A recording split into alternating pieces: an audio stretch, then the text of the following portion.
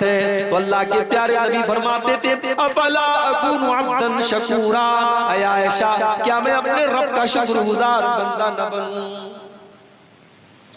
तो मेरा नबी नेकियों का हुक्म देता है और बुराइयों से रोकता है। वयुहिल्लु लहुमुत तय्यिबात, और मेरे नबी तुमको पाक चीजों को हलाल करते हैं तुम्हारे लिए। वयुहर्रिमु अलैहिमुल खबाइस, और नापाक और गंदी चीजों को तुम्हारे लिए हराम करते हैं।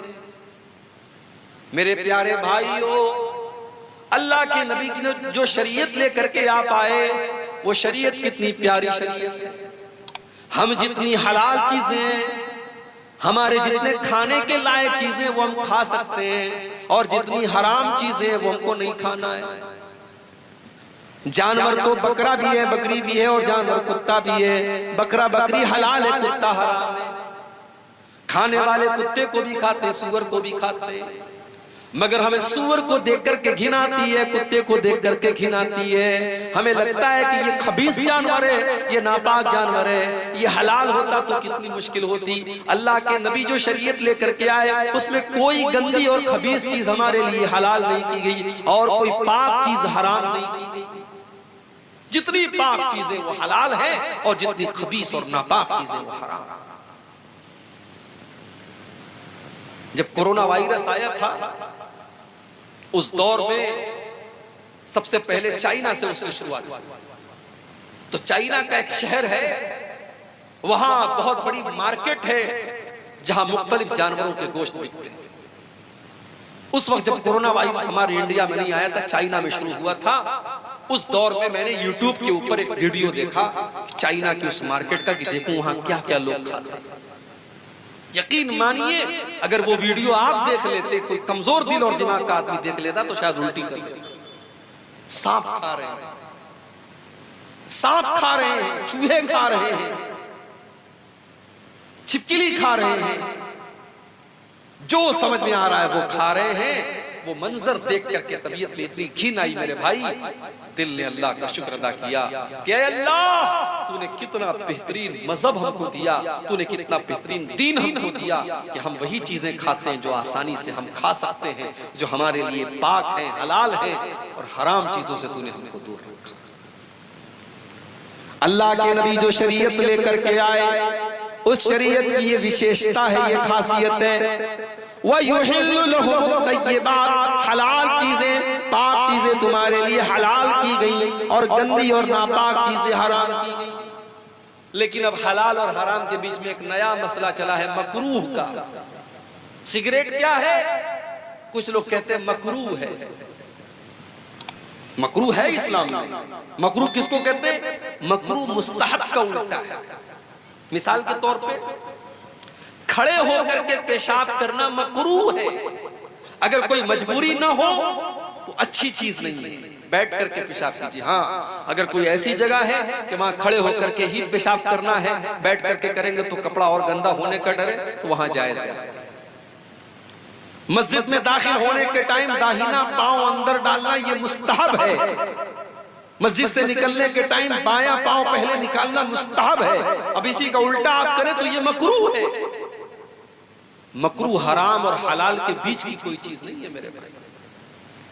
सिगरेट का मसला आया है, बीड़ी का मसला आया, तंबाकू का मसला आया। कुछ लोगों ने अपना उल्लू सीधा करने के लिए कह दिया मकरूह है। हमने कहा मकरूह कैसे हो गया? बोले कुरान में कहां लिखा है कि सिगरेट हराम है, हदीस में कहां लिखा है सिगरेट हराम है।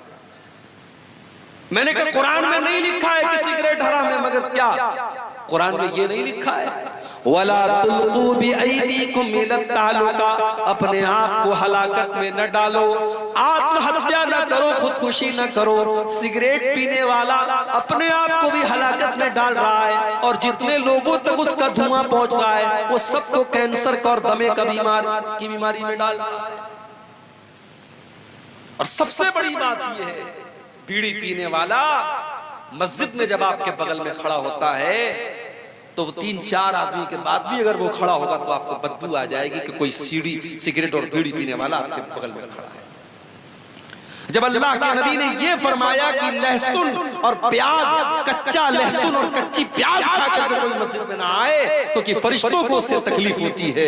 मेरे भाइयों, अगर फरिश्तों को कच्चे प्याज और कच्ची लहसुन की महक से तकलीफ हो सकती है तो बीड़ी और सिगरेट की महक तो उससे ज्यादा बुरी होती है। क्या फरिश्तों को उससे तकलीफ नहीं होती? हमने अपने मतलब के लिए मकरूह करार दिया। हराम है ये सिगरेट, हराम है ये बीड़ी और हराम है ये तंबाकू। मेरे प्यारे साथियों, हर वो चीज जो आपके बदन को, आपके शरीर को, आपके अखलाक को, आपके माल को बर्बाद करे, वो चीज शरीयत के अंदर हराम है। बीच का रास्ता मत निकालिए। वयुहिल्लु लहुमुत तय्यिबात, हमने तुमको वो नबी दिया है जो पाक चीजों को तुम्हारे लिए हलाल करते हैं और नापाक चीजों को तुम्हारे लिए हराम करते हैं। कभी कभी ऐसा भी हुआ, एक जानवर अल्लाह के नबी के दौर में मिलता था, गोह नाम था उसका, अरबी में उसको ज़ब्बुन बोलते हैं। गो का जानवर हलाल था मगर अल्लाह के नबी को पसंद नहीं था। आपके सामने गोह का गोश्त आया, आपने कहा कौन से जानवर का गोश्त है? बताया गया गोह का गोश्त है। आपने कहा मैं नहीं खाता, मुझे पसंद नहीं है, तुम्हें खाना हो तुम खा लो। आपने जायज तो करार दिया मगर आपकी अपनी तबीयत को वो पसंद नहीं था, इसलिए शरीयत के मसले के हिसाब से गोह का जानवर हलाल है, खा सकते हैं। तो शरीयत में तमाम पाकीज़ा चीजें हलाल हैं और तमाम पाकीज़ा चीजें हराम। और आगे बढ़िए, वयज़उ अन्हुम इस्रहुम वल-अग़लाल अल्लती कानत अलैहिम, और मेरे नबी ने उन बोझों को, उन रस्मों रिवाज के उन जंजीरों को तुमसे हटा दिया जो तुम्हारे ऊपर थी। बहुत सारी रस्मों रिवाज थी जिसको अल्लाह के नबी ने खत्म किया। मेरी प्यारी माओ बहनों, कितने कबीले अरब के अंदर ऐसे थे जिनके दरमियान अगर बेटी पैदा हो जाती थी तो वो उसको कलंक मानते थे। बेटी की परवरिश को वो बहुत बड़ा कलंक मानते थे। बेटी पैदा होने के बाद बेटी को अपने हाथों से वो जिंदा जमीन में गाड़ दिया करते थे, दफन कर दिया करते थे। ये रस्म भी उनके दरमियान पाई जाती थी। अल्लाह ने कुरान में नक्शा खींचा, व इज़ा बुशिरा अहदुहुम बिल उन्सा ज़ल्ला वजहुहु मुस्वद्दन व हुवा कज़ीम, जब उनके घर में बेटी की पैदाइश होती है तो बाप का चेहरा काला पड़ जाता है। यतवारा मिनल कौमि मिन सूइ मा बुशिरा बिही, बाप अपना चेहरा अपनी कौम से छुपाता है। अयुमसिकुहु अला हुनिन अम यदुस्सुहु फित तुराब, वो सोच में पड़ जाता है कि क्या करूं, अगर बेटी की परवरिश करता हूं तो समाज में जिल्लत और रुसवाई उठानी पड़ेगी, और दूसरा रास्ता ये है कि बेटी को जिंदा जमीन में गाड़ दूं। बेटियों को गाड़ दिया जाता है। ये अलग बात है। साइंस तरक्की कर गई, आज जमाना तरक्की कर गया, इंसान चांद पर पहुंच गया, मगर बेटियों को तो आज भी बोझ माना जाता है। आज भी कई हॉस्पिटल के बाहर किसी कूड़े के ढेर में ये बच्ची आपको नजर आ जाएगी, कहीं ये बच्चियां तवाइफ के अड्डों पर आपको नजर आ जाएंगी, कहीं इन बच्चियों को बाजारों में ले जाकर के बेचा जा रहा है, और कहीं तो ये माँ के पेट में ही मार दी जाती है, एबॉर्शन कर दिया जाता है। ओ लोगों, कभी मौका मिले तो यूट्यूब के ऊपर एबॉर्शन का वीडियो देख लेना। वो लोग तो बहुत बेरहम थे, वो बेटियों को पैदा होने के बाद अपनी बेटियों को कत्ल करते थे। आज का इंसान तो इतना बेरहम हो चुका है कि वो तो माँ के पेट में ही बेटियों को कत्ल कर देता है। एबॉर्शन का वीडियो आप देखिए, उस मासूम बच्चे को जो माँ के पेट में है, और अल्ट्रासाउंड के जरिए सिर्फ इतना बता दिया गया कि आपको बेटी होने वाली है। बाप कहता है डॉक्टर से, माँ कहती है डॉक्टर से मुझे बेटी नहीं चाहिए, नहीं चाहिए मुझे ये बोझ, मेरे पास ऑलरेडी 3 बेटियां हैं, मुझे तो बेटा चाहिए था, मुझे एक और बोझ नहीं चाहिए। वो डॉक्टर से कहता है मैं इसे साफ करना चाहता हूँ, खत्म करना चाहता हूँ। डॉक्टर एबॉर्शन करता है। वो लोगों, एबॉर्शन के जरिए, उस दवा के जरिए वो मासूम बच्चा जो अभी पूरी तरीके से बना भी नहीं है माँ के पेट में, उस बच्चे के टुकड़े टुकड़े कर दिए जाते हैं, उसके हाथ पैर तोड़ दिए जाते हैं, उसके बदन की बोटी बोटी नोच करके उसको माँ के पेट में मार दिया जाता है। ये आज के दौर का पढ़ा लिखा इंसान कर रहा है, ये आज के दौर का मुहज्जब इंसान कर रहा है, ये आज के दौर का तरक्की याफ्ता इंसान कर रहा है। अरे हमसे अच्छे तो वो लोग थे, वो कम से कम अपनी बेटियों को पैदा तो होने देते थे, वो दुनिया की शक्ल देखने तो देते थे। हम तो इतने बेरहम हो गए, हमने माँ के पेट में ही बच्चियों को कत्ल कर डाला। हिसाब देना पड़ेगा क़यामत। वइज़ल मौऊदतु सुइलत बिअय्यि ज़ंबिन क़ुतिलत, कल क़यामत के दिन उस मासूम बच्ची से पूछा जाएगा, तेरे माता पिता ने, तेरे माँ बाप ने तुझे किस जुर्म की सजा दी, क्यों तुझे कत्ल किया। नबी अकरम के पास एक सहाबी आते हैं, सही इब्न हिब्बान की सही रिवायत है। एक सहाबी आते हैं, ऐ अल्लाह के नबी, इस्लाम लाने के पहले मैंने बहुत सारे पाप किए, मैंने बहुत सारे गुनाह किए, मगर एक पाप मुझे अपना बार बार याद आता है। कौन सा पाप तुमने किया। ऐ अल्लाह के नबी, इन्ना ली कानत ली इब्नतन, मेरी एक बेटी थी, मैं उससे बहुत प्यार करता था, और मैं जैसे उसका नाम लेता था वो या अबती अब्बा जान कह करके दौड़ी दौड़ी मेरे पास आ जाती थी। कौम के लोग मुझे ताना मार रहे थे, तुम गलत कर रहे हो, तुम समाज के खिलाफ जा रहे हो, तुम बेटे की परवरिश कर रहे हो, तुम बेटे को पाल रहे हो। ऐ अल्लाह के नबी, मैं समाज के ताने सुन सुन करके तंग आ गया।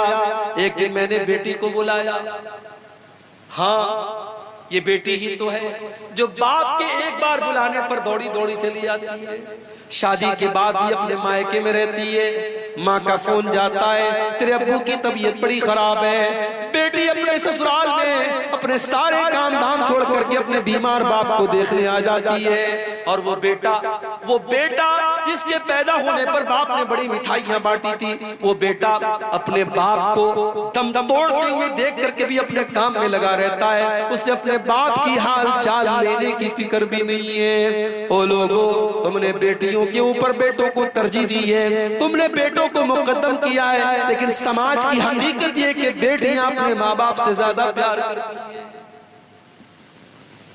सहाबी कहते हैं, अल्लाह के नबी, मैंने बेटी को आवाज दी, वो दौड़ी दौड़ी मेरे पास आई, मैंने उसका हाथ पकड़ा, घर के बाहर लेके गया, कुछ दूर गया, कुछ फासले पर गया, एक कुएं के पास पहुंचा, और मैंने अपनी बेटी को उस कुएं के अंदर धक्का दे दिया। और जब मैंने अपनी बेटी को उस कुएं के अंदर धक्का दिया, आखिरी लफ्ज जो बेटी की जुबान से निकला वो कह रही थी, या अबती, है अब्बा जान, गोया कि वो मुझसे सवाल कर रही थी, अब्बा जान इस मासूम की खता क्या है, इस मासूम की गलती क्या है, किस जुर्म की सजा अपनी बेटी को दे रहे हो। है अल्लाह के नबी, आज भी अपनी उस बेटी का ये जुमला आज भी मेरे कान में गूंजता है। वो जब या अबती कह करके दुनिया से गई थी, वो आवाज आज भी मेरे कानों में गूंजती है। सहाबी ये बयान करते हैं, आंखों से आंसू बह रहे, और अल्लाह के प्यारे नबी की आंखों से भी आंसू बह रहे, अल्लाह के नबी भी रो रहे। सहाबा कहते हैं, तूने अल्लाह के नबी को गमगीन कर दिया, तूने अल्लाह के नबी को दुखी कर दिया। अल्लाह के प्यारे नबी सल्लल्लाहु अलैहि वसल्लम फरमाते हैं, नहीं कोई बात नहीं, इन्होंने तो अपने दिल की बात बयान की है, इनको बयान करने दो। फिर अल्लाह के प्यारे नबी अपने सहाबी से कहते हैं, ओ मेरे प्यारे सहाबी, इस्लाम लाने के बाद तुमने पिछले जितने गुनाह किए, अल्लाह ने सारे के सारे गुनाहों को माफ कर दिया है। जब तुमने सच्ची तौबा कर ली, तुम इस्लाम ले आए, तो पिछले सारे पाप तुम्हारे माफ हो गए। मेरे नबी रस्म रिवाज को तोड़ने के लिए आए थे। हम और आप रस्म रिवाज को तोड़ नहीं रहे हैं, रस्म रिवाज को निभा रहे हैं। मेरे यही शेरशाबादी कौम है, माशाअल्लाह 99% अहले हदीस कौम है, लेकिन आज हमारी कौम के अंदर भी जहेज का लेन देन होता है कि नहीं होता है? हमारी कौम के अंदर भी बेटियों का सौदा होता है कि नहीं होता है? क्यों मेरे भाइयों, क्यों आपने गरीब बाप की बेटी को बोझ क्यों बना दिया। आज गरीब बाप अपनी बेटी की शादी करने के लिए बैंक से लोन ले रहा है, जिम्मेदार कौन है? आज गरीब बाप जो रोज कमाने वाला और मेहनत मजदूरी करने वाला है, उसकी बेटियां जवान हो गई हैं, शादी के काबिल हो गई हैं, मगर उसके पास अपनी बेटियों की शादी का इंतजाम नहीं है, उनको जहेज में देने के लिए पैसे नहीं है। उस गरीब बाप को मजबूर करने वाले हम और आप हैं। सहाबा के दौर में तो ऐसा नहीं होता। सहाबा के दौर में बेटी के बाप के ऊपर कोई बोझ नहीं होता था। मेरे नबी को अल्लाह ने 4 बेटियां दी। आपने ज़ैनब की शादी अबुल आस से की, आपने रुकैया की शादी उस्मान गनी से की, रुकैया के इंतकाल के बाद उम्मे कुलसूम का निकाह आपने उस्मान गनी से किया, और सबसे छोटी बेटी हजरत फातिमा का निकाह आपने हजरत अली से किया। 4 बेटियां थी, चारों बेटी का निकाह आपने सुन्नत तरीके से किया। न कोई बारात आई, न कोई जहेज दिया, न कोई सामान का लेन देन हुआ, बस महर तय हुआ और आपने निकाह कर दिया। हाँ, जब हजरत फातिमा का निकाह किया तो चूंकि दामाद जो थे हजरत अली, वो भी अल्लाह की नबी के घर के अंदर रहते थे, वो एक तरफ से दामाद भी थे और एक तरफ से बेटे की हैसियत भी रखते थे, क्योंकि अबू तालिब के इंतकाल के बाद अल्लाह के नबी ही हजरत अली की परवरिश करते थे। तो हजरत अली के गार्जियन भी अल्लाह के नबी थे। तो एक तरफ आप ससुर भी थे और एक तरफ बाप भी थे। आपने ससुर की हैसियत से नहीं, आपने बाप की हैसियत से, हजरत अली की नई गिरस्ती थी, नया घर था, आपने घर बसाने के लिए जब अपनी बेटी की आप शादी करने लगे, आपने एक बिस्तर दिया, आपने एक तकिया दिया, आपने पानी का एक मशकेजा दिया, आपने ये जरूरत के चंद सामान दिए। अगर ये जहेज था तो अल्लाह के नबी ने अपनी बाकी 3 बेटियों को जहेज क्यों नहीं दिया? हम रस्म रिवाज को निभा रहे हैं, रस्म रिवाज को निभा रहे हैं, और नतीजा ये है मेरे भाइयों कि आज समाज की नजर में बेटी बहुत बड़ा बोझ बन चुकी है, और बेटी की परवरिश और बेटी की पैदाइश पर अच्छे लोगों की माथों पर, पेशानियों पर पल पल बेटियां बोझ नहीं है। अगर ये बेटी बोझ होती तो अल्लाह के नबी ये ना फरमाते मन कान लहू सलासु बनातिन, जिसकी 3 बेटियां हो, जिसकी 3 बहनें हो, और अपनी 3 बहनों और 3 बेटियों के साथ वो अच्छा सलूक करे, तो वो बेटियां और वो बहनें अपने भाई को और अपने माँ बाप को जहन्नम की आग से बचाएंगी। और एक हदीस में अल्लाह के नबी ने फरमाया मन आला जारियतैन हत्ता तबलुगा, जिसने 2 बेटियों की परवरिश की, वो बेटियां जवान हो गई, उनका निकाह कर दिया, उनकी जिम्मेदारियों को निभा दिया, तो वो बेटियां अपने माँ बाप के लिए कितना बड़ा काम करेंगी। अल्लाह के नबी फरमाते हैं वो बेटियों का बाप कयामत के दिन मेरे साथ ऐसे रहेगा जैसे ये दोनों उंगलियां अपने एक दूसरे के साथ लगी हुई। बेटी की परवरिश करने वाला नबी के साथ रहे। हाँ, ये अलग बात है और ये सच्चाई भी है। बेटों के मुकाबले में बेटे की परवरिश मुश्किल काम है। बेटा पालना है, बेटा जवान हो गया तो ज्यादा से ज्यादा ये खबर रखना है कि बेटा किसी गलत काम की तरफ तो नहीं जा रहा है, मगर बेटी की तो आबरू भी बचा करके रखना है, बेटी की नजर भी बचा करके रखना है, बेटी को गैर महरम की नजर से भी बचाना है, और बेटी की शर्म हया की भी हिफाजत करनी है। बेटी जवान जब तक नहीं हो जाती तब तक अलग फिक्र है, और जवान हो जाती है तो अलग फिक्र है। इसलिए अल्लाह के नबी ने फरमाया मन इब्तुलिया मिन हाज़िहिल बनाति शय्यन कुन्न लहू सित्रम मिनन नार, जिसको अल्लाह ताला बेटी देकर के आजमाता है और इस इम्तिहान में वो खरा उतरता है, अल्लाह तबारक व तआला उस बेटी के माँ बाप को जहन्नम की आग से बचाएगा। मेरे भाइयों, अल्लाह के नबी रस्म रिवाज की बेड़ियों से हमें आजाद करना है। इसी भारत की सरजमीन पर सती प्रथा थी। शौहर के मरने के बाद जब शौहर की चिता जलाई जाती थी तो पत्नी को भी उसके साथ जला दिया जाता था। अरब की सरजमीन पर शौहर के मरने के बाद बीवी को 1 साल तक एक कमरे में बंद कर दिया जाता था। उसी में लैट्रिन करती थी, उसी में पेशाब करती थी, बाल बड़े बड़े हो जाते थे, जिस्म गंदा और महकने लगता था। 1 साल तक वो औरत इद्दत गुजारती थी और एक कमरे में उसको बंद कर दिया जाता था। इस्लाम ने आकर के इन रस्म रिवाज को खत्म किया। अल्लाह के नबी के दौर के पहले निकाह का भी कोई सिस्टम नहीं था। जैसे आज आफ्ताब और श्रद्धा का मामला चला, लिव इन रिलेशनशिप, आज बड़े बड़े शहरों में लिव इन रिलेशनशिप भी चल रही है। लड़के और लड़की आपस में रह रहे हैं, निकाह भी नहीं है, शादी भी नहीं है, कोई ताल्लुक नहीं है, लेकिन मियां बीवी की तरह, शौहर की बीवी की तरह वो साथ में रह रहे हैं और भारत का कानून भी उनको इजाजत देता है। ओ लोगों, ये लिव इन रिलेशनशिप तो कुत्ते और कुतिया करते हैं, ये जानवर करते हैं। इंसान के दरमियान लिव इन रिलेशनशिप नहीं चलती, इंसान तो निकाह करता है। मेरे नबी तो निकाह का पैगाम लेकर के आए। मेरे नबी की शरीयत में लिव इन रिलेशनशिप की कोई गुंजाइश नहीं है। आपने निकाह का हुक्म दिया है और आपने यहां तक फरमाया लम तुरा लिल मुतहाब्बैन मिस्लुन निकाह, निकाह के जैसी दो लोगों के दरमियान मोहब्बत पैदा करने वाली कोई चीज नहीं है। जो मोहब्बत निकाह के जरिए पैदा होती है वो मोहब्बत दुनिया में कहीं पैदा नहीं हो सकती, क्योंकि ये सच्ची मोहब्बत होती है। ये किसी होटल में, किसी पार्क में, किसी रेस्टोरेंट में पैदा नहीं होती। ये अल्लाह के कलाम की बुनियाद पर जो निकाह के जरिए जो मोहब्बत पैदा होती है, अटूट मोहब्बत होती है, सच्ची मोहब्बत होती है। इस्लाम ने निकाह का तो अल्लाह के नबी दुनिया में रस्म और रिवाज की जंजीरों से हमें आजाद करने के लिए आए। इतनी खुसूसियात बयान करने के बाद अल्लाह ने फरमाया कि ऐ मुसलमानों, इतना प्यारा नबी हमने तुमको दिया, अब उस नबी के ऊपर तुम्हें 4 काम करना है। 4 काम कर लो, तुम कामयाब हो जाओगे। फल्लज़ीना आमनू बिही, पहला काम तो ये करना है कि उस नबी के ऊपर तुम्हें ईमान लाना है।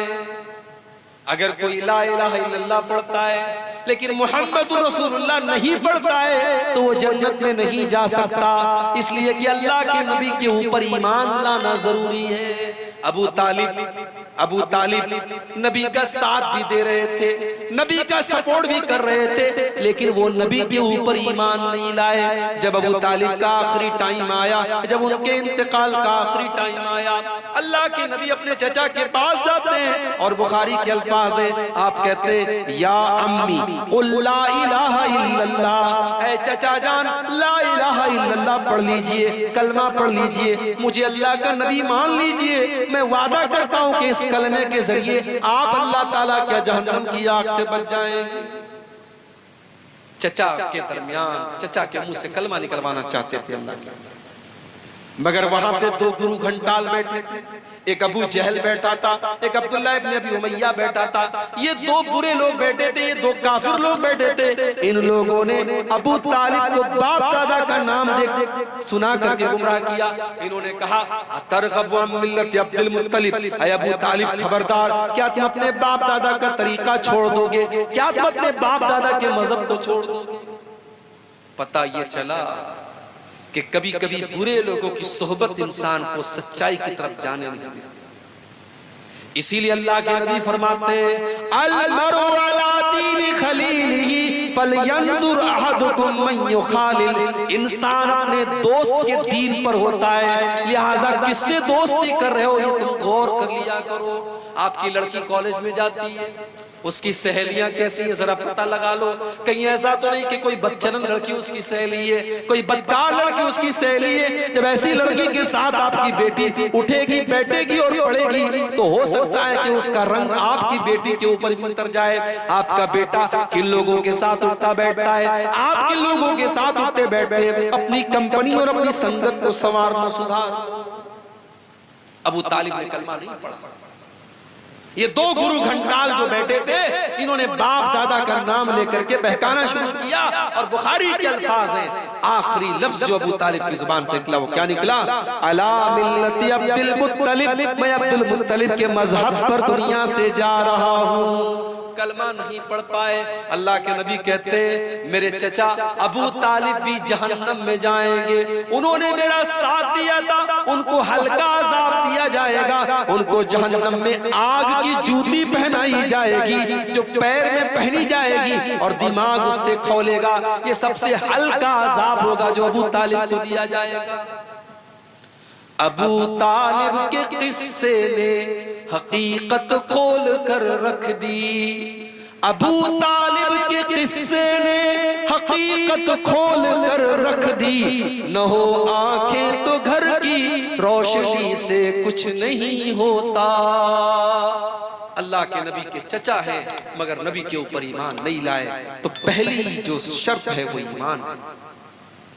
हमारे यूपी के अंदर एक जगह है फतेहपुर, इलाहाबाद और कानपुर के बीच में एक जगह है फतेहपुर।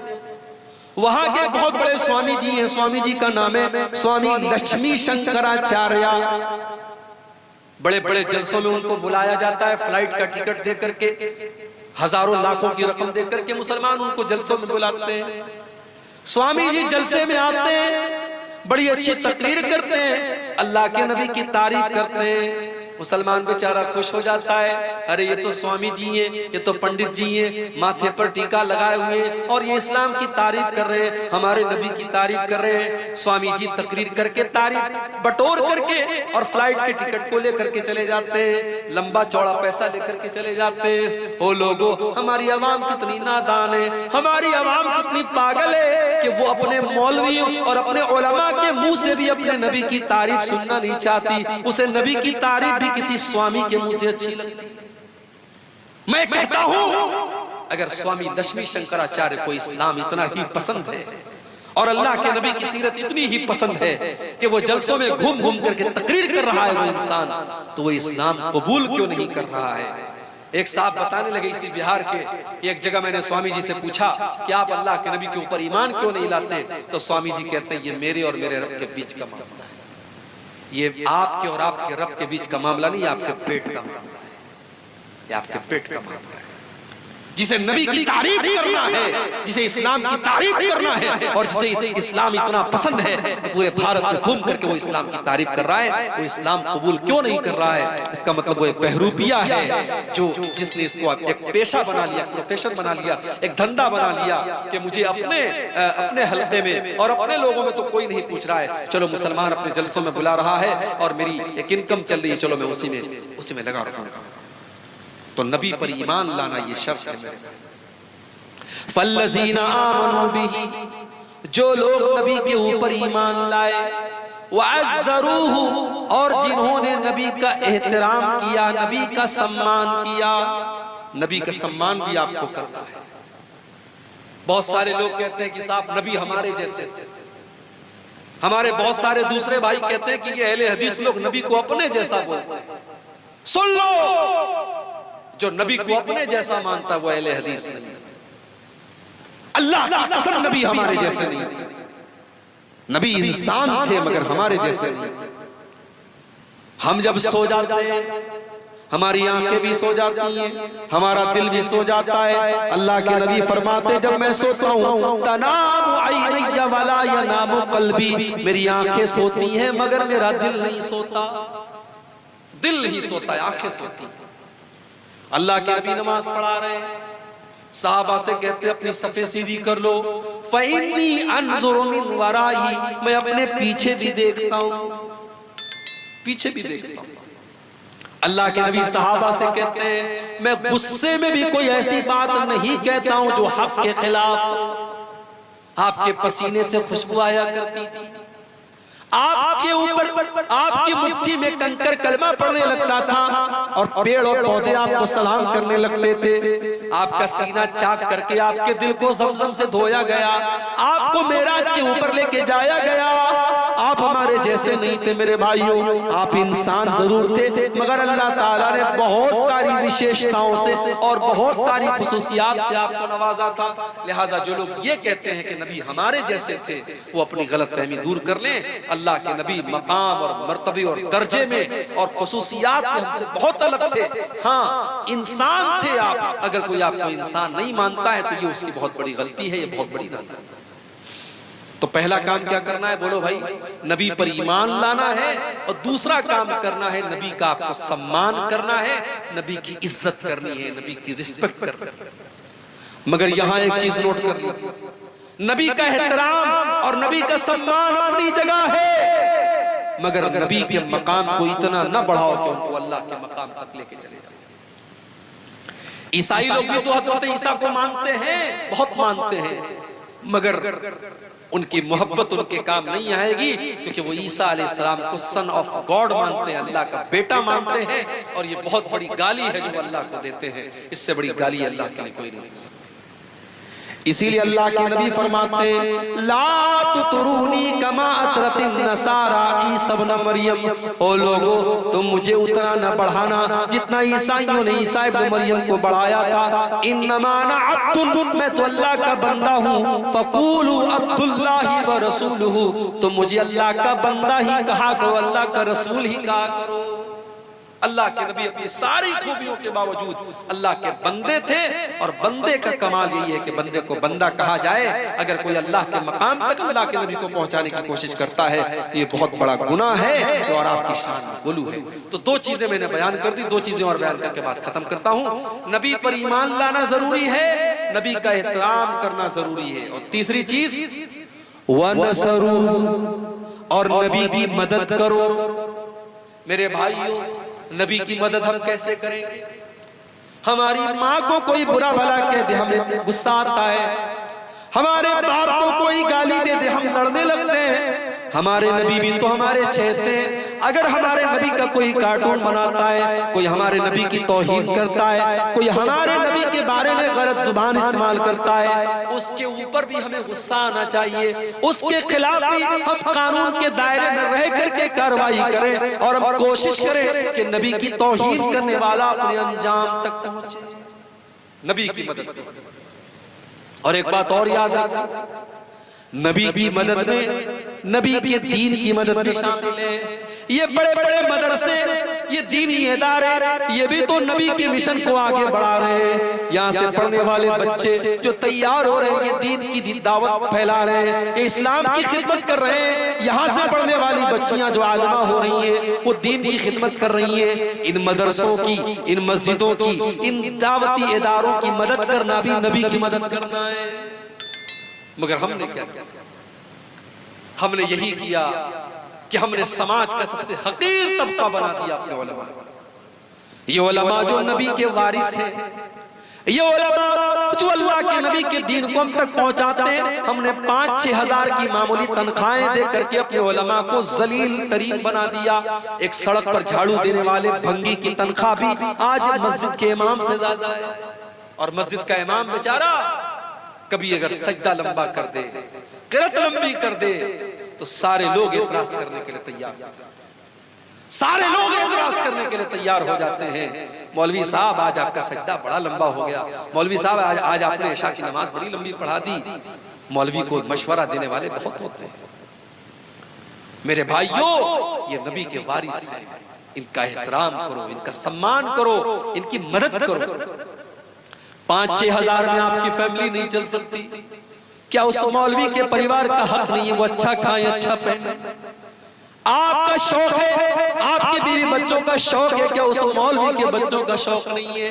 जिस दौर में आप 10,000 रुपये महीने से कम में एक नॉर्मल जिंदगी नहीं गुजार सकते, उस दौर में 5-6 हजार में मौलवी का घर कैसे चलेगा?